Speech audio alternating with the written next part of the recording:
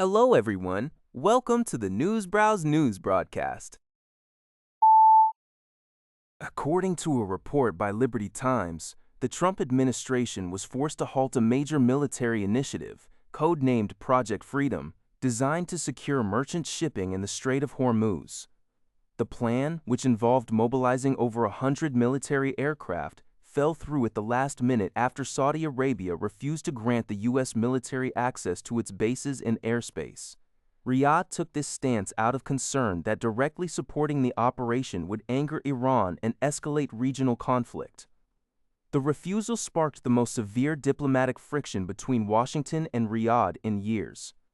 In response to the setback, the White House reportedly warned Saudi Arabia that continued non-cooperation could delay the delivery of desperately needed missile defense systems. Furthermore, the Pentagon began preliminary discussions on downsizing its military footprint in Saudi Arabia and relocating troops to Israel and Jordan. Although high-level negotiations eventually led Saudi Arabia to lift the restrictions, U.S. officials admitted that bilateral trust has suffered irreversible damage, highlighting deep-seated disagreements between the two nations regarding their approach to Iran. According to a report by Thai Sounds, a Peruvian court has ruled that the government should regulate the China-funded Chancay port near Lima. This decision overturns a controversial ruling from earlier this year, marking a significant development in the geopolitical rivalry between the United States and China in Latin America.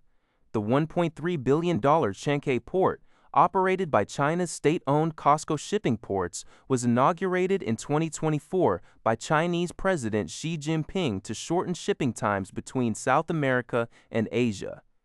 In January, a court had exempted the port from regulation by Peru's public transport regulator, raising sovereignty concerns in Washington.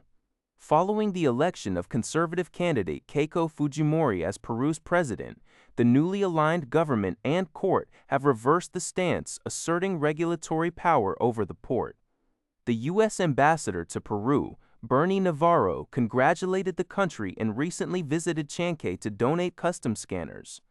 Observers note that this ruling aligns with Washington's efforts to curb Beijing's expanding footprint in the region, bringing a key infrastructure project back under Peruvian state oversight.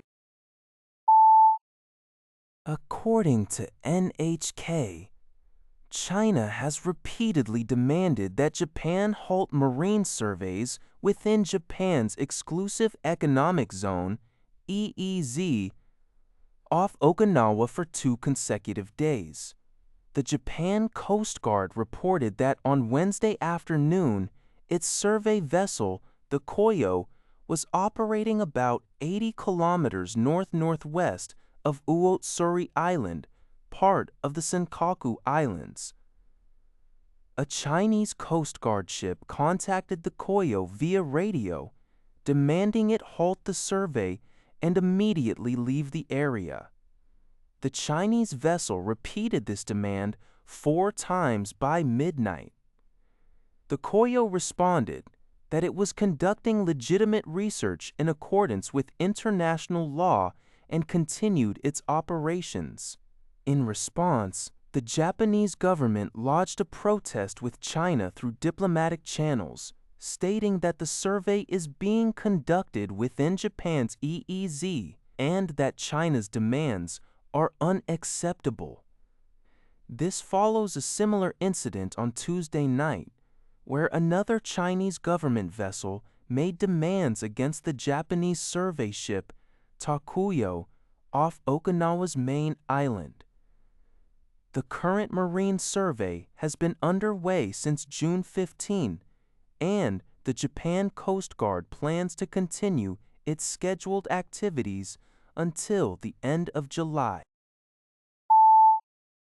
According to Al Jazeera, Ukraine's capital, Kyiv, came under a severe overnight attack from Russian ballistic missiles and drones, resulting in at least 2 deaths and 11 injuries.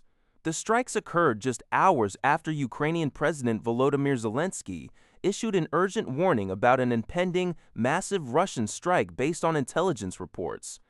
Kyiv Mayor Vitaly Klitschko stated that the assault ignited a fire on the roof of a hotel on Shevchenko Boulevard and caused damage to a 9-story residential building, where some residents became trapped. As air raid alerts sounded and explosions echoed across the city, residents sought safety in underground metro stations. President Zelenskyy delivered his warning during a joint news conference in Dublin with Irish Taoiseach Micheál before immediately returning to Ukraine. He urged citizens to heed air raid alerts, accusing Russia of ignoring multiple diplomatic channels for peace negotiations. Zelenskyy added that Russian President Vladimir Putin remains focused solely on further aggression against Ukraine and neighboring European nations. According to the Liberty Times, 3 targeted arson attacks occurred in Thessaloniki, Greece, in the early morning of July 1, leaving 1 person dead and another injured. The attacks, which involved petrol bombs and other improvised explosive devices, took place within a span of just 17 minutes and targeted officials of the ruling New Democracy Party. One of the explosions occurred at an apartment building housing parliamentary candidate Eradicate Nestora and her mother, Vajia Nestora. Vajia suffered severe burns and tragically died in the hospital due to multi-organ failure. Eradicate was also injured and remains hospitalized. 2 other attacks targeted the residences of a local party chairman and a former MP, though no injuries were reported in those incidents. Police suspect the attacks were carried out by the same group on motorcycles. Greece's counter-terrorism department has taken over the investigation, but no group has claimed responsibility. In response, Prime Minister Kyriakos Mitsotakis condemned the cruelty of political violence and expressed deep condolences for Vajia's death. He urged unity and vowed to completely eradicate terrorism from the country. That's all for this video. Thank you for watching. See you in the next video.